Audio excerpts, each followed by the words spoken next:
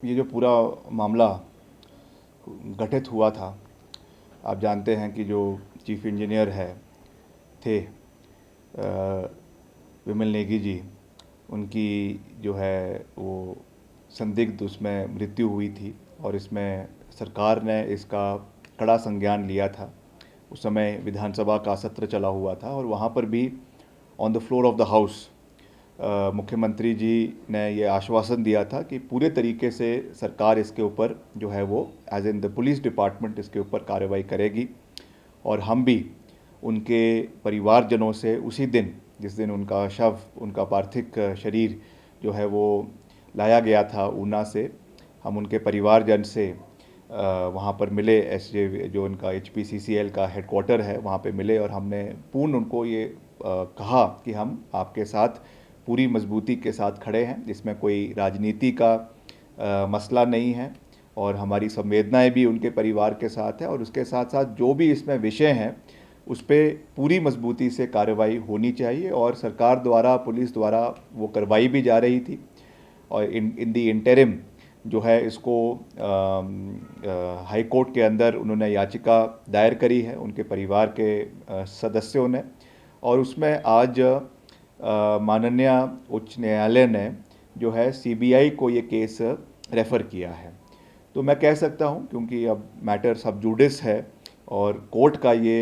फैसला है तो उसका हम सम्मान करते हैं और हमारा भी यही इसमें उद्देश्य है। और मैं बिल्कुल साफ शब्दों में ये कह रहा हूँ क्योंकि हमारी तो वैसे भी वो हमारे गृह क्षेत्र से आते हैं और उनके परिवार के मेरे जो स्वर्गीय पिताजी है वीरभद्र सिंह जी, उनके साथ बहुत नज़दीकी संबंध रहे हैं। तो मैं केवल एक राजनेता के रूप में नहीं मगर एक परिवार के उनके सदस्य के रूप में भी ये कह सकता हूँ कि हम भी चाहते हैं कि उनको जो है वो जस्टिस मिले और क्या उसमें कमियां रही, कैसे उनकी मृत्यु हुई, उसकी पारदर्शिता से उस पर जो है वो इन्वेस्टिगेशन होनी चाहिए। पुलिस भी उसमें अपना, स्टेट पुलिस भी उसमें अपना काम कर रही थी, उसमें कोई दो राय नहीं है। मगर अब क्योंकि माननीय हाई कोर्ट ने ये फैसला किया है कि सेंट्रल ब्यूरो ऑफ इन्वेस्टिगेशन इसका जो है वो इन्वेस्टिगेशन करेगी, तो हम कोर्ट के निर्णय का सम्मान करते हैं और आने वाले समय में जो भी सरकार की ओर से इसमें समर्थन करना होगा, जो भी सहयोग जो है वो इन्वेस्टिगेटिव एजेंसीज़ को देना है तो निश्चित तौर से वो दिया जाएगा ताकि जो है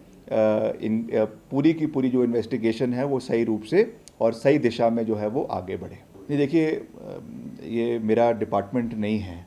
तो मुझे लगता है कि मेरा इसके ऊपर कोई कमेंट करना जो है वो उचित नहीं होगा। मुख्यमंत्री जी जो है वो प्रदेश के गृह मंत्री है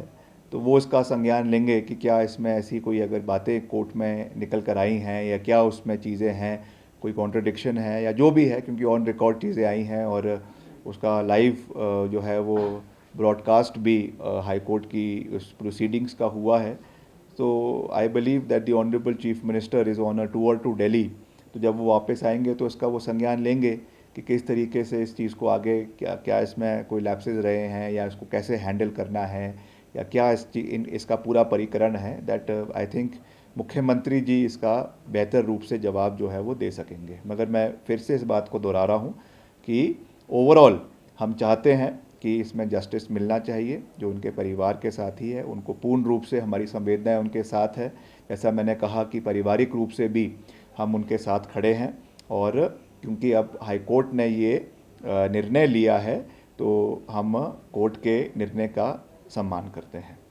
विपक्ष लगातार निशाना साध रहा है, आज भी विपक्ष की तरफ से। देखिए, इसमें मैं समझता हूँ कि कोई भी राजनीति करने की आवश्यकता नहीं है। स्टेट पुलिस में भी बहुत से कॉम्पिटेंट ऑफिसर्स हैं, उसमें IPS के ऑफिसर्स भी है, हमारे